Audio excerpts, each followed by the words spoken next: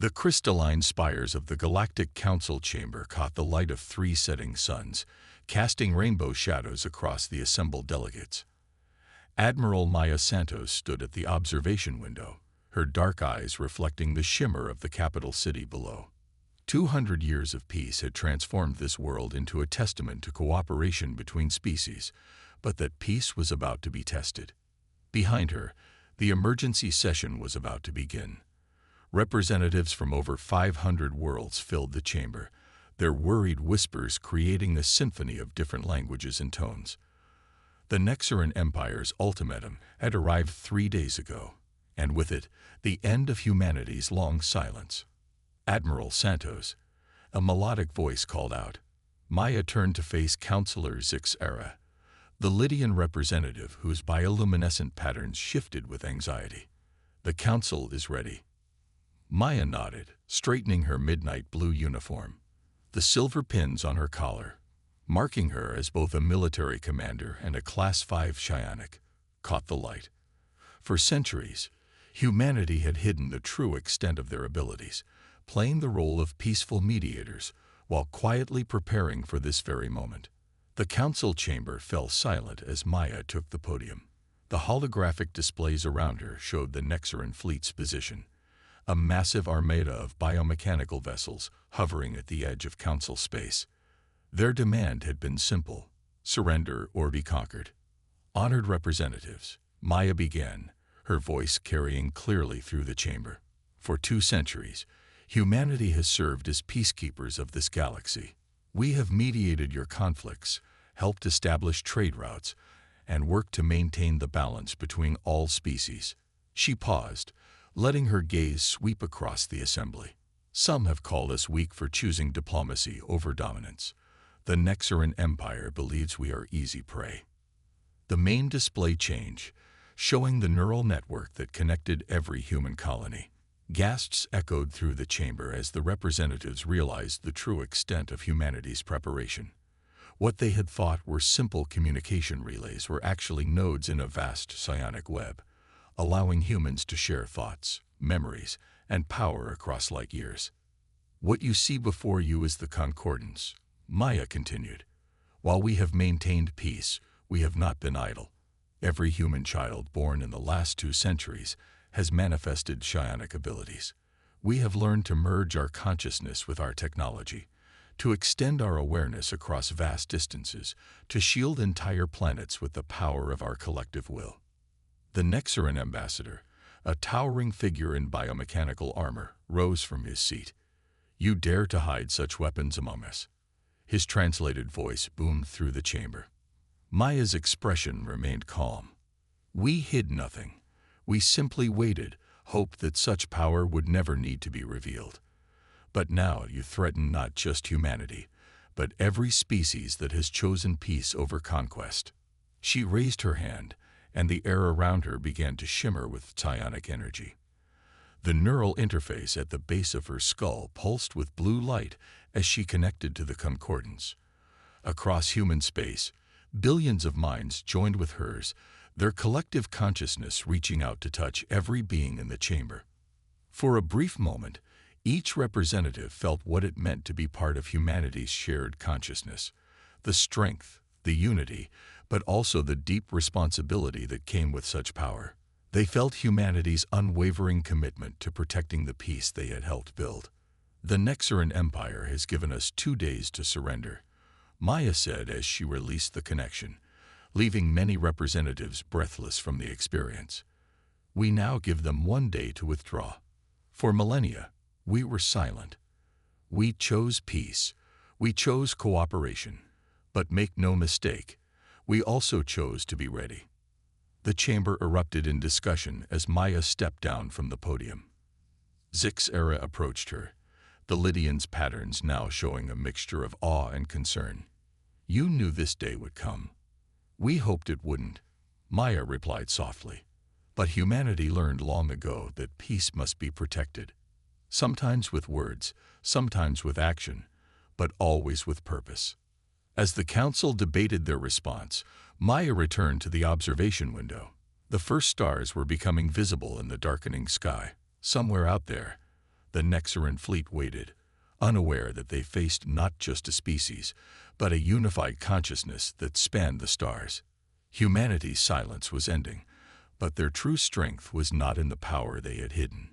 It was in their determination to protect the peace they had helped build, no matter the cost. The neural interface at her neck pulsed again as reports came in from the border. The Nexaran were mobilizing, their biomechanical ships forming attack patterns. Maya closed her eyes, connecting to the concordance.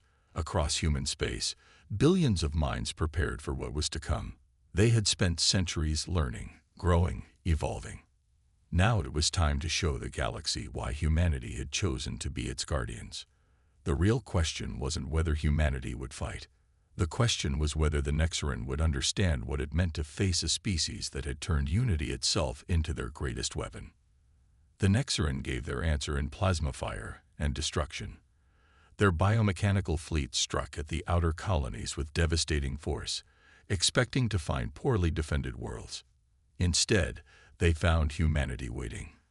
Commander David Chen stood on the bridge of the Earth vessel Enlightenment, his neural interface synchronized with both his ship and the squadron around him. Through the concordance, he felt the presence of every crew member, their minds working in perfect harmony. The ship wasn't just a vessel, it was an extension of their collective consciousness.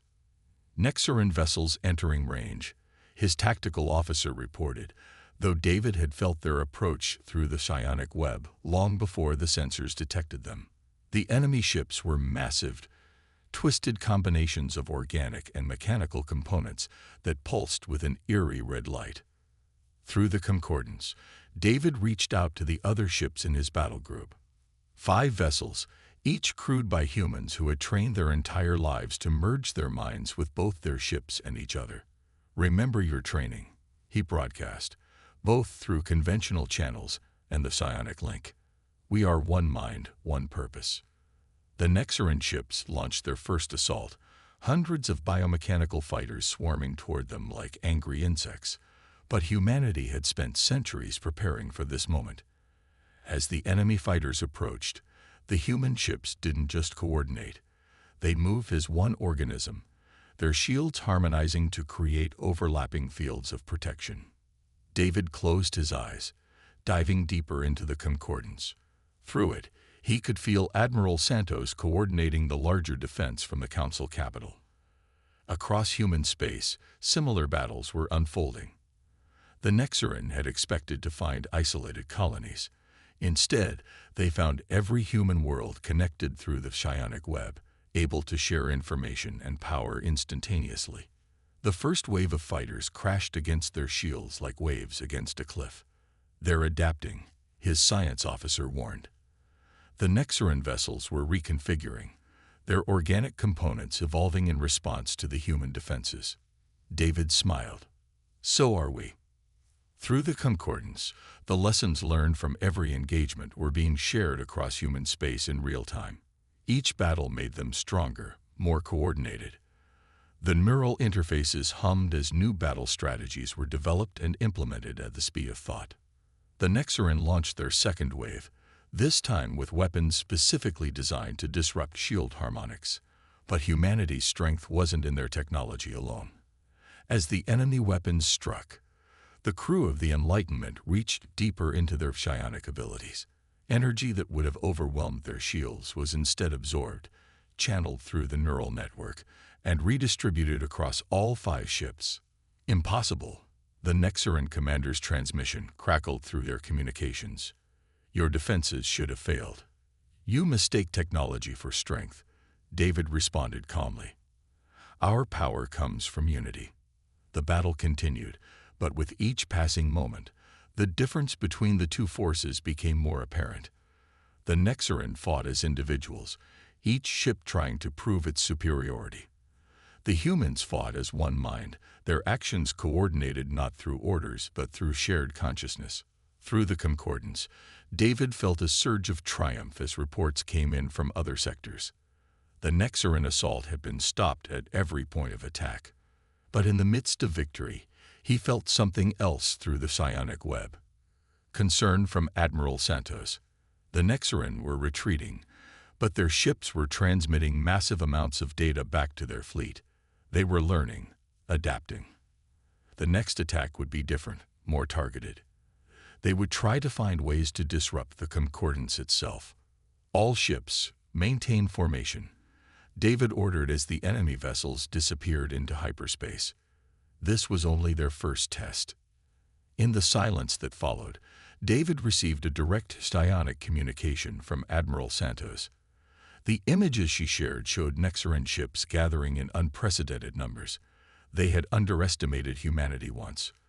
They would not make the same mistake again. "Commander," his navigation officer called out, "we're detecting unusual energy signatures from the direction of the Nexaran retreat. They're leaving something behind." David reached out with his psionic senses, touching the strange devices the Nexaran had deployed. Through the Concordance, he felt other commanders doing the same across human space. The devices were unlike anything they had encountered before. Technology merged with organic components in ways that seemed to defy natural law. "They're probes," Admiral Santos's voice echoed through the Concordance, "but not for surveillance. They're studying us, studying the Concordance itself. The Nexaran aren't just planning another attack. They're trying to understand how we think, how we fight." David watched as his sensors mapped the network of devices the Nexaran had left behind. They were arranged in patterns that mimicked neural pathways, as if the enemy was trying to create their own version of the Concordance. "Let them study," he broadcast to his fleet. "They can copy our technology, but they cannot replicate what makes us strong. Unity cannot be forced. Understanding cannot be programmed." As his ships moved to recover the Nexaran devices for study, David felt the weight of what was to come. The enemy would return, stronger and more prepared. But humanity would be ready. For centuries, they had grown not just in power, but in wisdom. The true test would not be in their ability to fight, but in their ability to remain united in the face of what was to come. Through the Concordance, billions of human minds shared his resolve. The silence had been broken, but humanity's greatest weapon had always been their ability to face challenges as one. The Nexaran would learn that lesson, one way or another. The Nexaran's second assault came 3 weeks later, and it shook the foundations of human confidence. Their ships now pulsed with a strange, counter-harmonic energy that disrupted the Concordance's connections. On the bridge of the Council Defense Station Helios, Dr. Elena Martinez watched as the battle unfolded across multiple sectors simultaneously. "They're targeting our neural interfaces," she reported, her own connection to the Concordance flickering as the Nexaran's disruptive field swept through the system. Around her, other psionically gifted scientists worked frantically to adapt their defenses. "They've reversed engineered aspects of our technology." Admiral Santos's hologram flickered before them, her expression grave. "Not just our technology, Doctor. They're attempting to replicate our psionic abilities through artificial means. Those aren't just ships out there. They're trying to create their own version of the Concordance." Elena felt it through her neural interface. The strange, discordant presence of the Nexaran's artificial network, attempting to intrude upon their consciousness. It was like hearing 1,000 voices screaming in unison, trying to drown out the harmonious connection of the Concordance. "They fundamentally misunderstand what makes us strong," Elena said, her fingers dancing across neural reactive controls as she adjusted the station's psionic resonance. "They think they can force unity through technology alone." The battle around them intensified. Nexaran ships, now moving with unnatural coordination, pressed their attack against human defenses. Their artificial network allowed them to react with machine-like precision, but there was something wrong about their movements, something hollow. Through the Concordance, Elena felt a sudden surge of inspiration from a young ensign stationed on a distant colony. The idea spread through the human consciousness like wildfire, each mind adding to it, refining it. This was humanity's true strength, not just their unity, but their ability to innovate together. "Admiral," Elena called out, her mind already implementing the shared solution. "They're trying to match our harmony with perfect synchronization. But harmony isn't about perfection. It's about adaptation, about finding balance in discord.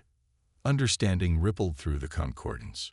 Across human space, their forces began to shift tactics. Instead of fighting the Nexarin's disruption, they embraced it, letting their individual nodes of consciousness pulse with their own unique rhythms while maintaining their deeper connection. The effect was immediate.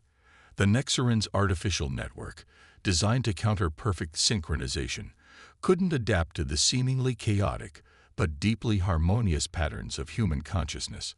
Their ships began to lose coordination, their forced unity crumbling in the face of true collaboration.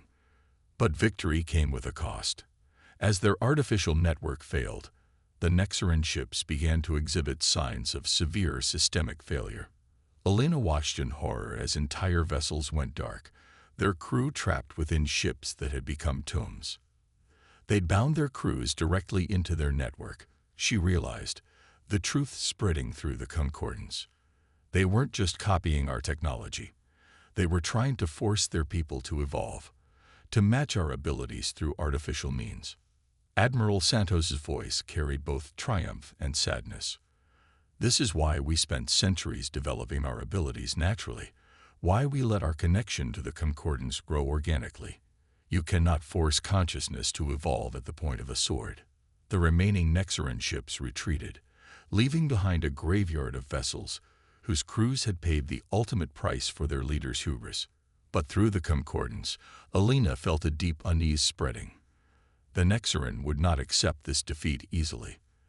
Their next response would be born of desperation, and desperation often bred the most dangerous innovations. In the aftermath of the battle, Elena found herself in the station's observation dome, watching repair drones tend to damage human vessels. Admiral Santos joined her, their neural interfaces harmonizing automatically. "They'll try again," Elena said quietly. "And next time, they'll bring something worse than artificial networks." Santos nodded. "We've received intelligence from our deep space sensors. The Nexarin are mobilizing something called the Void Arsenal, ancient weapons their empire sealed away centuries ago for being too destructive. They would risk such weapons, even against their own worlds." "Fear makes people capable of terrible things," Santos replied. "We've shown them that they cannot match our evolution, our unity. Now they'll try to make sure no one can." Through the concordance, Elena felt humanity's response to this knowledge, not fear, but a deep resolve.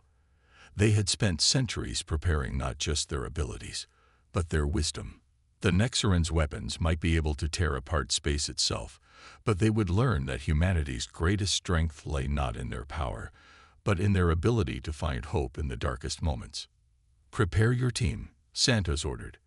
"When they come with their Void Arsenal, we'll need more than just defensive tactics. We'll need a way to save them from themselves." Elena nodded, already feeling new ideas flowing through the concordance as humanity's collective consciousness worked to solve this latest challenge. The Nexarin thought this war was about dominance, about proving superiority. They would soon learn that humanity's true evolution had been in understanding that the greatest victory often lay in finding a way to turn enemies into allies. The real question was whether they could find that solution before the Nexarin's desperation led them to unleash forces that could unravel the very fabric of space itself. The Void Arsenal arrived without warning. One moment, the space around Proxima Colony was empty. The next, reality itself seemed to tear open. The Nexarin fleet emerged from the breach, their ships now wrapped in layers of crackling dark energy that seemed to devour light itself. Lieutenant Sarah Chen, daughter of Commander David Chen, stood at her post aboard the research vessel Horizon, watching as their sensors tried to make sense of what they were seeing. The concordance itself recoiled from the unnatural energies the Nexarin ships were channeling. "Multiple spatial anomalies detected," she reported, her voice steady despite the growing sense of wrongness that every human Shen could feel. "The Void Arsenal isn't just weaponry. They're using technology that distorts the fundamental forces of the universe." Through her neural interface, Sarah felt Dr. Martin's and her team working frantically to understand the nature of these weapons. The concordance hummed with shared data, each observation and analysis flowing through their collective consciousness. The Nexaran fleet moved with terrible purpose, their lead ship broadcasting a message across all frequencies. Behold the price of defiance. If we cannot have dominion over this galaxy, we will reduce it to its constituent atoms. The first shot from the Void Arsenal struck an uninhabited moon. Sarah watched in horror as the celestial body didn't simply break apart. It unraveled, its very atomic structure dissolving into nothingness. The void left behind seemed to pulse with hungry darkness. All ships maintain distance. Admiral Santos's voice cut through the growing panic. These weapons don't just destroy matter. They're creating cascade points in space-time. If too many detonate in close proximity, she didn't need to finish. Through the concordance, every human understood the implications. The Nexaran weren't just threatening destruction. They were risking the stability of space itself. Sarah felt a sudden surge through her neural interface. Her father's ship, the Enlightenment, was moving to engage the Nexaran fleet directly. "Dad, don't," she called out, both verbally and psionically. "Their weapons will tear you apart." "Sometimes," David Chen's calm voice replied, "you have to risk everything to understand your enemy." His ship pushed forward, its psionic shields glowing as it approached the lead Nexaran vessel. Through the concordance, Sarah felt what her father was attempting. He wasn't attacking. He was reaching out psionically, trying to touch the minds of the Nexaran crew directly. It was incredibly dangerous, exposing his consciousness to the void energies that surrounded their ships. Their minds, David's strained voice echoed through the neural network. They're fractured. The weapons, using them is destroying them from within. Their consciousness can't handle the strain of controlling such power. Dr. Martinez's voice cut through the concordance. The Void Arsenal requires direct neural interfacing. They're sacrificing their own sanity to power these weapons. Sarah watched as her father's ship maintained its position, his mind still reaching out to the Nexaran crew. Through him, through the concordance, she felt their pain, their fear. The weapons they wielded were eating away at their consciousness, turning them into little more than living conduits for forces they barely understood. "Admiral Santos," Dr. Martinez called out, "I have an idea. But it's dangerous, and it will require us to open the concordance itself to the Nexaran." "Explain." "Their minds are fracturing because they're trying to control these energies individually. But we've spent centuries learning how to share consciousness, how to distribute mental strain across billions of minds. If we could extend the concordance to them, the implications rippled through the human collective consciousness. They would be exposing their greatest asset, the very core of their strength, to an enemy that had proven themselves willing to destroy everything. The risk is too great," someone argued through the network. "They'll try to corrupt the concordance itself." But Sarah felt something else through her connection to her father, a deep understanding of the Nexaran crew's desperation. "They're not our enemy," David's voice came through clearly. "They're victims of their own leadership's pride. We can save them." Admiral Santos made her decision. "Dr. Martinez, begin the procedure. Commander Chen, maintain your position. All other ships, form a defensive perimeter. If this fails—" She didn't need to finish. Everyone understood the stakes. Sarah watched as Dr. Martinez's team began their work, using the Horizon's advanced research systems to modify the concordance's underlying protocols. They weren't just opening their network. They were preparing to extend humanity's greatest gift to a species that had tried to destroy them. The void energies around the Nexaran ships intensified, as if sensing the threat to their control. Sarah felt the strain through the concordance as her father maintained his mental connection to the enemy crew, providing the bridge they would need. "Remember," Admiral Santos broadcast to all human forces, "our strength isn't in our power. It's in our unity, our understanding, our ability to grow together. Now it's time to prove that this strength can extend beyond humanity itself." As Dr. Martinez initiated the procedure, Sarah watched the displays and felt through the concordance as humanity prepared to take its greatest risk, not in fighting the Nexarin, but in trying to save them from themselves. The question was whether their enemy could accept salvation before their weapons torn reality itself apart. The moment of connection between the concordance and the Nexarin consciousness was like nothing humanity had ever experienced. Through her neural interface aboard the Horizon, Sarah Chen felt the initial contact as a shockwave of alien thoughts and emotions, fear, pride, desperation, and underneath it all, a deep longing for unity that mirrored humanity's own. Connection established, Dr. Martins announced, her voice strained as she helped manage the massive influx of new consciousness into the network, attempting to stabilize the neural patterns of the Nexarin crew. Through the concordance, Sarah felt her father's presence at the forefront of the connection, his mind serving as a bridge between the two species. Commander David Chen had positioned himself perfectly, close enough to maintain direct psionic contact with the Nexarin flagship, but far enough to avoid the worst effects of the void energies.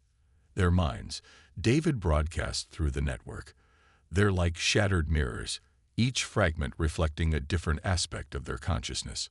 The void arsenal didn't just give them power, it forced them to fragment their own identities to control it. Admiral Santos' presence in the concordance was a steady anchor as chaos threatened to overwhelm the network. Focus on the crew of the flagship first. Show them what true unity feels like. Sarah watched through both her instruments and her psionic senses as humanity attempted something unprecedented, not just sharing their consciousness, but actively helping to heal the fractured minds of their enemies. Through the concordance, billions of human minds worked in concert, creating a stable framework that the damaged Nexarin consciousness could use to rebuild itself. The first successful connection came from a young Nexarin engineer, their mind eagerly grasping the lifeline humanity offered. Through them, Sarah felt the truth of what had happened. The void arsenal hadn't been deployed by choice. The Nexarin leadership had forced their military to interface with the ancient weapons, believing that the power was worth any cost. More ships are responding, Dr. Martins reported. Their crew's neural patterns are beginning to stabilize, but the void energies, they're becoming unstable. Sarah saw it on her displays. The ancient weapons, no longer under the direct control of the fractured Nexarin minds, were starting to collapse in on themselves. The space around the fleet began to twist and distort as multiple reality breaking points began to form. "We need to shut down the arsenal," Admiral Santos commanded. "But if we break the connection now, we'll lose the Nexarin we've managed to save." Through the concordance, a solution emerged, not from any one mind, but from the collective understanding of both species. The Nexarin who had joined the network shared their knowledge of the ancient weapons, while human scientists quickly analyzed the data. The void energy, Sarah realized, the understanding flowing through her mind, and into the concordance, it responds to consciousness itself. The Nexarin were trying to control it through force of will, but what if we? She didn't need to finish. The entire network understood. Humanity had spent centuries learning how to share consciousness across vast distances. Now they would use that knowledge to contain and disperse the very forces threatening to tear space apart. "All ships, maintain the connection," Admiral Santos ordered. "Focus your psionic energy through the network. Don't fight the void. Embrace it, understand it, guide it." The next few moments were beyond description. Through the concordance, now strengthened by the adding of stabilized Nexarin minds, Sarah felt the collective consciousness of two species reaching out to touch forces that defied the normal laws of physics. The void energy, which had been created to destroy, found itself confronted with something it had never encountered: unified understanding. Slowly, impossibly, the reality breaking points began to close. The darkness surrounding the Nexarin ships didn't so much disappear as transform, the energy redistributing itself harmlessly across space-time as two species working together showed it a new way to exist. On the bridge of the Nexarin flagship, Supreme Commander Vexkar watched in astonishment as his weapons turned from instruments of destruction into something entirely new. "How?" he demanded. "How is this possible?" The answer came not in words, but in understanding as the last of his crew joined the Concordance willingly. Through the network, he felt the truth that his empire had forgotten. True power came not from dominance, but from cooperation. Not from forcing evolution, but from growing together. In the aftermath, as human and Nexaran ships hung together in space no longer as enemies, Admiral Santos opened a channel to all vessels. For centuries, humanity kept our abilities secret not because we feared others would copy them, but because we knew each species needed to find their own path to understanding. The Nexaran Empire sought to force the galaxy to evolve according to their vision. Instead, they themselves have evolved to see a better way. Sarah felt her father's pride through the Concordance as the Nexaran ships began powering down their remaining weapons. The void energy that had threatened to destroy everything had been transformed through the combined understanding of two species, becoming something that could actually stabilize space-time rather than tear it apart. "A new age begins today," Admiral Santos continued. "Not one of silence or secrets, but of shared understanding. The Concordance will remain open to any species willing to learn, to grow, to evolve together rather than in isolation."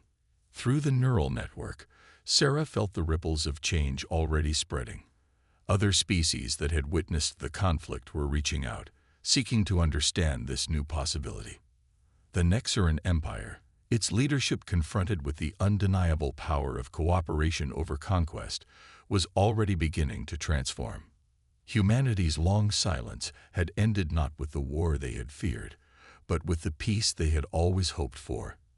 They had prepared for centuries to fight, only to discover that their greatest victory would come not from defeating an enemy, but from helping that enemy become something more.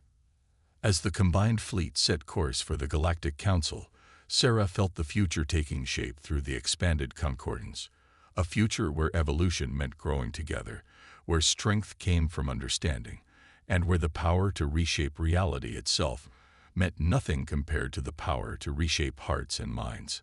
The stars seemed brighter somehow, as if they too were celebrating the dawn of this new understanding. Humanity's power had indeed been unleashed, but not in the way anyone had expected. They had revealed not their capacity for destruction, but their ability to guide the galaxy toward a future where silence would never again be necessary.